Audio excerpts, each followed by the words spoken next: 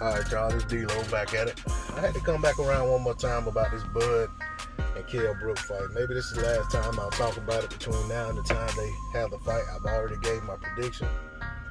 But I just have to double back because there's different things I'm hearing on other videos and things, and not to crap on anybody else's perspective or their opinion, because at the end of the day, until the fight happens, all we have is our opinions, our hypotheses, our theories, or whatever. Until the fight actually takes place, we don't know what's going to happen. But I do hear,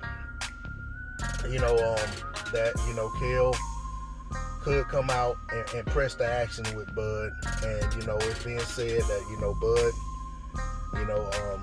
may not be able to handle that.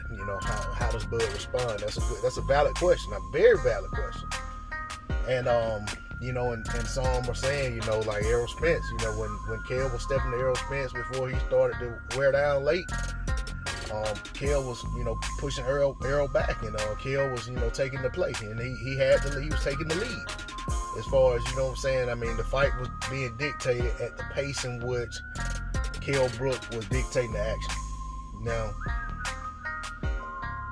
on the outside looking in, it's easy to say that if Kell Brook was able to do that to Errol Spence Jr., when you look at Errol Spence Jr.'s size and his tenacity and the way in which he fights and the way he comes out, it's easy to theorize that he could do the same thing to Bud Crawford, being that Bud is a slower starter. He's a smaller guy.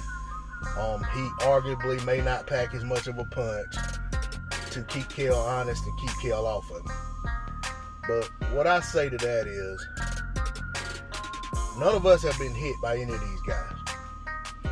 We're looking and we're theorizing, hypothesizing, whatever, based on what we see. But in actuality, we could be very wrong in what we see versus what's reality.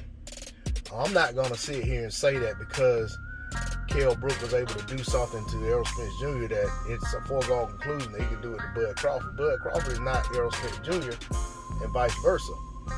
They have different strengths. They have different attributes. They have some similarities in their game, but for the most part, they're, two different fighters. So what Errol allowed to happen to him may have been part of his strategy.